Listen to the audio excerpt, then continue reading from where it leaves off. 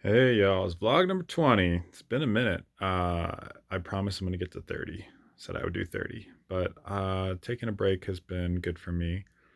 Been having a bit of a roller coaster recently. I was dating someone for about a month and it was amazing. And then it ended, and that was hard. And it's really been fascinating to watch myself process. Um, yeah, I had some profound experiences after, during and after this relationship, and it helped me realize that although I've been doing a lot of like emotional work, I still have lots to do. Um, and particularly with men's circles, it's like I've really felt a gravitation towards vulnerability with men and holding space for men, being vulnerable with men, but with women, I haven't had that much experience. And basically, I'm processing. I'm noticing that I have some processing to do about some trauma that I had when I was 13, and a really good friend of mine who I had a crush on. So she wasn't a great friend of mine, but we had a crush on each other in sixth grade, which was kind of a big deal. But then she died suddenly, and that was very heartbreaking at the time, and still is really. And and so that was kind of my first interaction with like having a crush on someone. And so I think, and I didn't really get a chance to grieve that. I was away at summer camp when I found out about that. And so when I came back, everyone had already kind of moved on. And I just kind of didn't like had to teach myself how to grieve. So so I had an experience. It was a very profound kind of spiritual experience where I realized that she is still with me.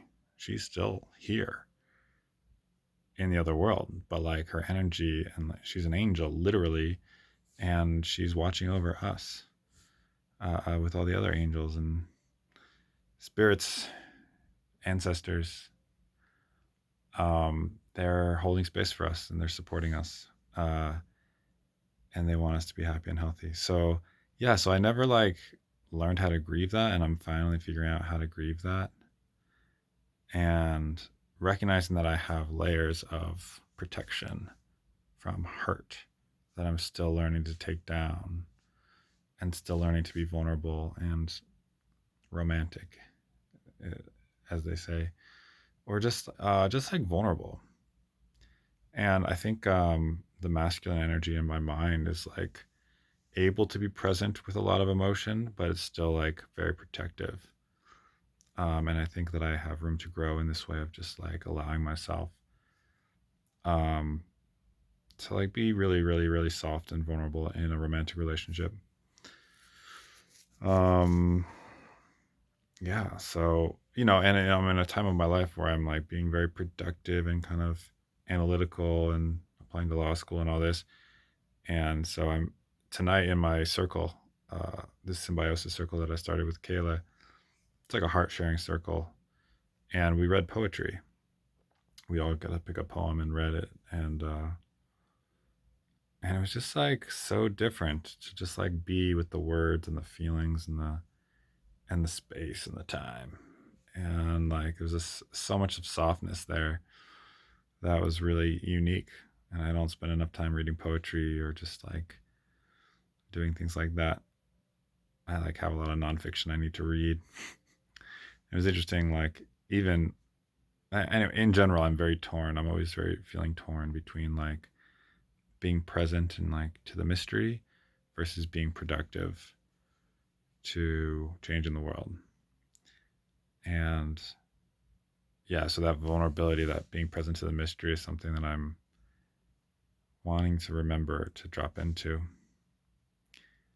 the mystery of the present moment. And that was a message that I got really clearly recently. So that's what's up for me these days.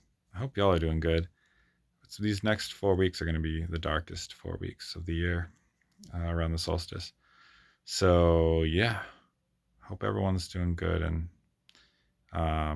feel free to reach out to me if you feel like you're struggling in the dark times. You're not alone. reach out to me, reach out to somebody. But seasonal depression is real. So take care of yourself. Maybe try to drop into the mystery. See how that feels. That's what I'm gonna do. All right. I'm gonna follow up with some new blogs soon. So have a good night.